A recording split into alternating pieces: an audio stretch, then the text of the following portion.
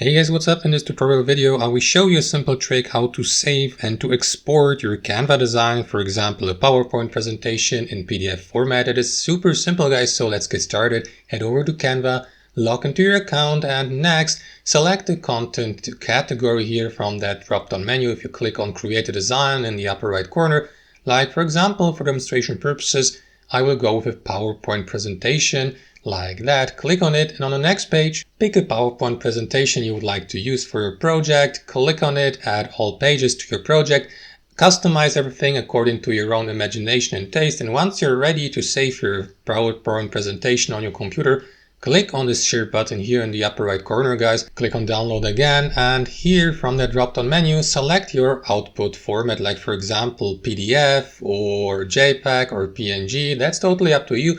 So I will go with a PDF format for demonstration purposes. Click on download, and that's it. Your PowerPoint presentation will be saved in PDF format on your computer. So that's it for today, guys. Thanks for watching, and I'll see you later.